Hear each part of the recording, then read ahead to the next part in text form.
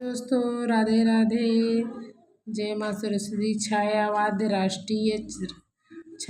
राष्ट्रीय सांस्कृतिक चेतना एवं हालावाद के बारे में आप लोग को आज प्रश्नोत्तरी कराएंगे। दोस्तों आप लोग ध्यान दीजिएगा। छायावाद के 4 स्तंभों में निम्नलिखित में से कौन सा एक नहीं है? छायावाद के 4 स्तंभों में दोस्तों जो है निराला, प्रसाद, पंत आगे नहीं है। एक कौन से हैं दोस्तों, इसे आप कमेंट बॉक्स में बताना है। इसमें छायावाद के 4 स्तंभों में आगे नहीं है। छायावाद के 4 स्तंभों में वो दोस्तों इसी में हमने बता दिए। जयशंकर प्रसाद, निराला, सुमित्रानंद पंत और महादेवी वर्मा अज्ञे प्रयोगवाद के प्रवर्तक कवि हैं। अज्ञे के संपादकत्व के 4 तार सप्तकों का प्रकाशन हुआ है। अज्ञे ने तार सप्तक की भूमिका में प्रयोगवादी कवियों को राहों का अन्वेषण कहा है। राम की शक्ति पूजा के विषय में कौन सा कथन असत्य है? दोस्तों आप लोग बताना। राम को शक्ति पूजा का सुझाव सत्य दो दोस्तों, ये सी वाला है। राम की शक्ति पूजा का कथानक रामचरितमानस पर आधारित है।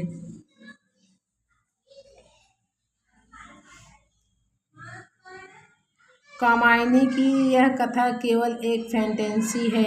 कामायनी के संदर्भ में यह कथन किसका है? गजानन मुक्तिदेव माधव के। कामायनी की यह कथा केवल एक फैंटेसी है। कामायनी के संदर्भ में यह कथा गजानन मुक्तिदेव माधव का है। दोस्तों कामायनी हिंदी भाषा का एक महाकाव्य है जिसके रचयिता जयशंकर प्रसाद आधुनिक छायायुग का सर्वोत्तम और प्रतिनिधित्व हिंदी महाकाव्य एवं प्रसाद जी को एक अंतिम काव्य रचना है। अंतिम काव्य रचना जो 1935 ईस्वी में प्रकाशित हुई थी। इसमें 15 सर्ग कामायनी का प्रथम सर्ग चिंता और अंतिम सर्ग आनंद और जयशंकर प्रसाद की प्रमुख काव्य कृतियाँ निम्न: उर्वशी 1909 में, वनविलन 1909 में, प्रेम राज्य 1909 में, अयोध्या का उद्धार 1910 में, चित्रधारा 1918 में, झरना 1918 में, आंसू 1925 में, लहर 1933 में, कामायनी 1935 में। डॉक्टर नागेंद्र ने कामायनी को मानव चेतना के विकास का महाकाव्य बताया। परिभाषा दोस्तों आती है। डॉक्टर शांतिप्रिय द्विवेदी ने कामायनी को छायावाद का उपनिषद कहा है। रामस्वरूप चतुर्वेदी ने इसे एक कंपोजिशन कहा है। डॉक्टर नागेंद्र के अनुसार कामायनी समग्रता में समासोक्ति का विधान लक्षित होता है। हिंदी की अनुकृति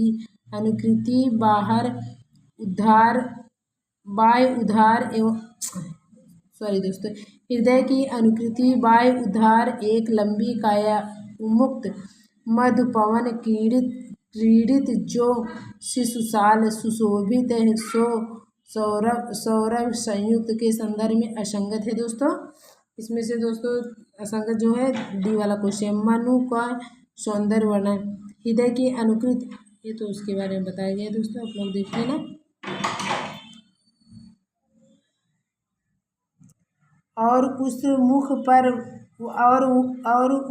पर वह मुस्कान रक्त किशलय पर ले विश्राम, अरुण की एक किरण आमला अधिक अलसाई हो अभिराम के संदर्भ में अनुपयुक्त व्याख्या कौन से है? अस्तांचल गामी सूर्य की एक किरण से तुलना करना। इसके बारे में दोस्तों यहाँ से आप लोग देख लेना थोड़ा सा।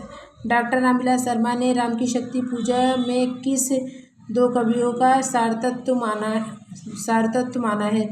तुलसीदास व सरोज स्मिथ को रामविलास शर्मा ने सारतत्व माना है। दोस्तों डॉक्टर रामविलास शर्मा ने राम की शक्ति पूजा में 2 कवियों तुलसीदास और सरोज स्मिथ का सारतत्व माना है। सूर्यकांत त्रिपाठी निराला 1897 से 1962 ईस्वी को हिंदी में मुक्ति छंद का प्रवर्तक माने जाते हैं। निराला ओज औदात्य और विद्रोह के कवि हैं। निराला ने कवित्व को हिंदी का जातीय छंद कहा जाता है। निराला की महत्वपूर्ण काव्य कृतियाँ निम्नलिखित है: अनामिका, परिमल, गीतिका, तुलसी, जूही की कली, कुकुरमुत्ता, अणिमा, वेला, नए पत्ते, अर्चना, आराधना, गीत गुंज, संध्या कली। निराला ने परिमल की भूमिका में लिखा है: मनुष्य के मुक्ति की तरह कविता की भी मुक्ति होती है। आचार्य रामचंद्र शुक्ल के अनुसार बहुस्पर्शनीय प्रतिभा निराला जी में है। निरालाकृत सरोज स्मिथ 1935 को हिंदी का सर्वश्रेष्ठ प्रथम शोकगीत माना जाता है। निराला को छायावाद का सलाहकार पुरुष भी कहा जाता है। राम की शक्ति पूजा कविता मूलतः किस संकलन में है? राम की शक्ति पूजा मूलतः अनामिका में है। राम की शक्ति पूजा 1936 की कविता मूलतः अनामिका 1938 दूसरी संस्करण में संकलित है। निराला का प्रथम काव्य संग्रह अनामिका 1932 में प्रथम संस्करण तथा अंतिम काव्य संग्रह सांध्य कली 1969 में है। निराला की प्रथम कविता जूही की कली 1916 तथा अंतिम कविता पंत्रो उत्कंठित जीवन का विष बुझा हुआ निराला की अनामिका 1938 में संकलित महत्वपूर्ण कविता निम्नलिखित है। सरोज स्मृति 1935 में सम्राट एडवर्ड के प्रति प्रेयसी राम की शक्ति पूजा 1936 में रेखा तोड़ती पत्थर सच 1935 में निराला के भक्तिभाव से पूर्ण गीत अणिमा में संकलित परिमाल 1930 में संकलित कविता निम्नलिखित है।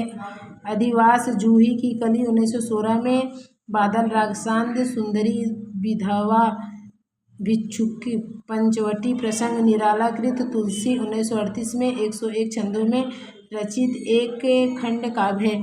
राम की शक्ति पूजा में प्रयुक्त रवि हुआ अस्त पंक्ति की असंगत व्याख्या है। लक्ष्मण के मूर्छित होने का संकेत है। रवि हुआ अस्त निराला की राम की शक्ति पूजा में प्रयुक्त दोस्तों पढ़ लेना, इसमें क्या समय में बात करें। निम्नलिखित में से क्या स्वच्छंदवादी साहित्य की प्रमुख विशेषता नहीं है? ये विशेषता देखो दोस्तों क्या क्या है। यह सब प्रकार की रूढ़ियों से मुक्त है। स्वच्छंदवादी इसमें कल्पना और असाधारणता का प्राचुर्य रहता है। अभिव्यंजना में यह सांकेतिक और व्यंजना प्रधान होता है। इसमें कौन सा सही है? हवाई जगत को अधिक महत्व देता है।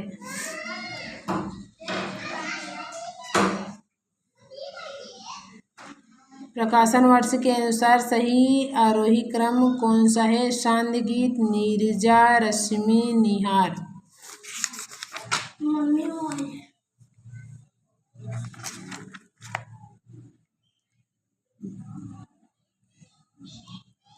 विकल्प में दिए गए सभी रचनाओं का सांध्य गीत 1936 में, नीरजा 1935 में, रश्मि 1932 में, निहार 1930 में। जयशंकर प्रसाद रचित कामायनी में सर्गों की संख्या है 15। जयशंकर प्रसाद द्वारा रचित कामायनी में सर्गों की 15 संख्या है 15 जो निम्नलिखित है। चिंता, आशा, श्रद्धा, काम, वासना, लज्जा, कर्म, ईर्ष्या, ईड़ा, स्वप्न, संघर्ष, निर्वेद, दर्शन, रहस्य, आनंद। पुरातनता का यह निर्मोह सहन करती न प्राकृतिक पल एक यहाँ निर्मोह से अपराध सांप के शरीर पर लिपटा हुआ केचुली। निम्नलिखित विकल्पों में से किसका संबंध रामधारी सिंह दिनकर से है? इसमें रामधारी सिंह दिनकर का संबंध कामाध्यात्मक की समस्या और दोस्तों पौराणिक प्रसंग में भारत चीन युद्ध का युगीन संदर्भ और युद्ध दर्शन। इतना सही है दोस्तों बी वाला।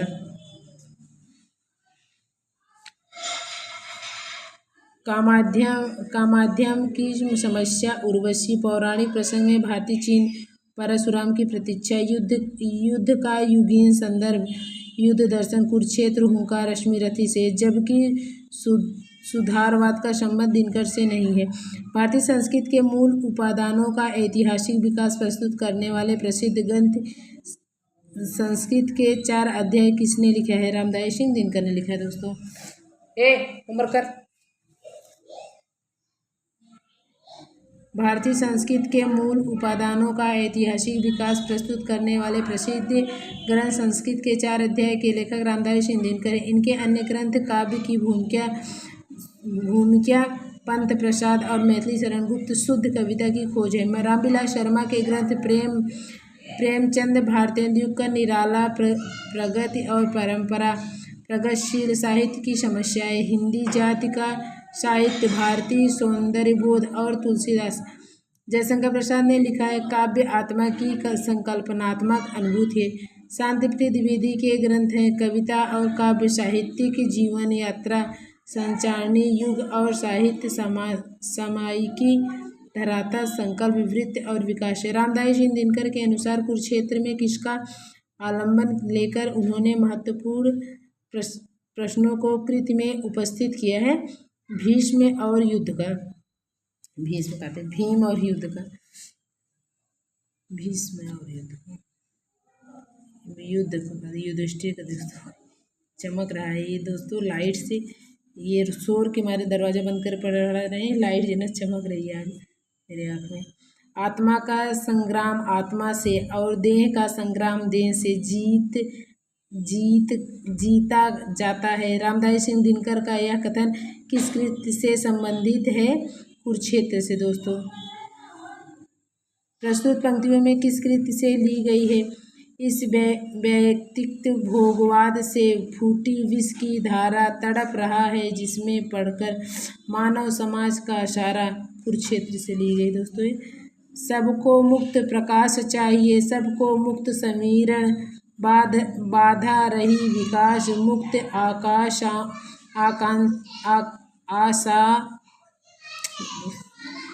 आशंकाओं से जीवन। ये पंक्ति किस कृति से ली गई दोस्तों? ये भी दोस्तों कुरुक्षेत्र से ही ली गई है।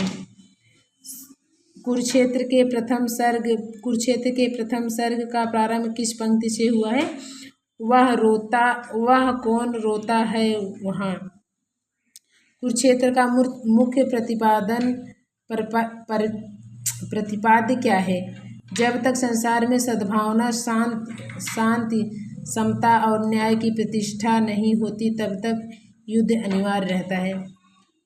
राष्ट्रीय संस्कृत चेतना के कवि रामधारी सिंह दिनकर की प्रमुख रचना कुरुक्षेत्र 1946 एक प्रबंध काव्य है जिसका मुख्य प्रतिपाद्य जब तक संसार में सद्भावना, शांति, समता और न्याय की प्रतिष्ठा नहीं होती तब तक युद्ध अनिवार्य है। उक्त ग्रंथ में महाभारत कथा के माध्यम से इस संदेश की प्रतिष्ठापना की गई है। रश्मि लोक के रचयिता है रामधारी सिंह दिनकर है दोस्तों। रश्मि लोक 1974 ईस्वी को अनुदित रचना रामधारी सिंह दिनकर का है। दिनकर द्वारा रचित अन्य काव्य ग्रंथ संचारित सपनों का धुआं, रेणुका, हुंकार, रसवंती, रामधेनु बापू आदि हैं। दिनकर की किस कृत का कथानक कर्ण है? रश्मिरथी का।